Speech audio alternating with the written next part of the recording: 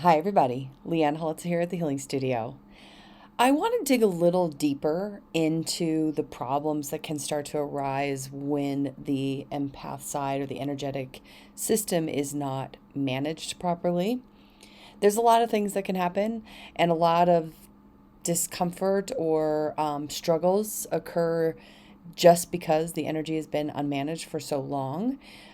So things like your uh, manifestation, so your ability to get something that you want.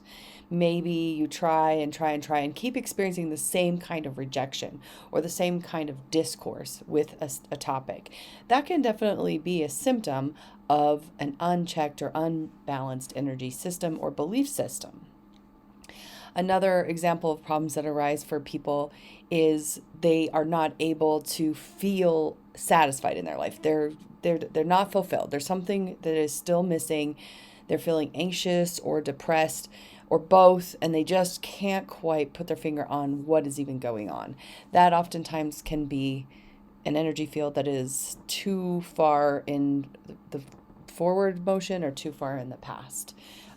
So depression, anxiety, also relationship issues, misunderstandings, being misheard, misunderstood, misinterpreted. Sometimes we walk around with like a big sign that basically says, treat me like this. And we think we're behaving a certain way, but we keep getting these reactions from other people that is not in alignment with how we think we should be treated or how we think we could be treated by what people are doing with us.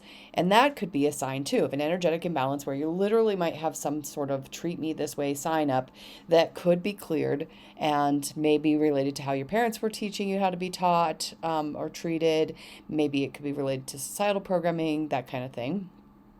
The other thing too is sometimes there's events in our life that when they go unaddressed, or when they're in our system, like kind of crunchy, we will kind of store it in our subconscious as a thing to be afraid of. Now, fear is protective. You don't necessarily need to wipe fear out. Same thing with the ego. The ego is protective. It's helpful. It defines you. It helps you determine you versus another person. When it gets out of alignment is when it's subconsciously running and keeping you from things that would be beneficial to you. Maybe your fear is telling you that you can't have this because it's not safe to have it, or you're going to lose it, or you don't deserve it. Those could all be energetic imbalances.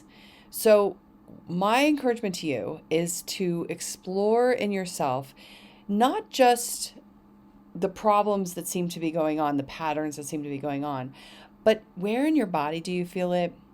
What emotion comes up? What does your mind want to do with it? Now, the mind always thinks it's going to be able to solve the problem. I'm definitely a problem solver. I go straight to the how. And that is not necessarily how the energetic system works. Sometimes the how comes from an external response to how our balanced self is presenting.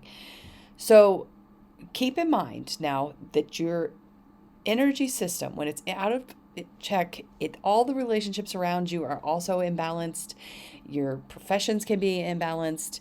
Your health can be imbalanced. So just be aware that when you are not managing your energy field properly, it can lead to a lot of issues. And the more chronic the imbalances become, the bigger the issues and the louder the issues become.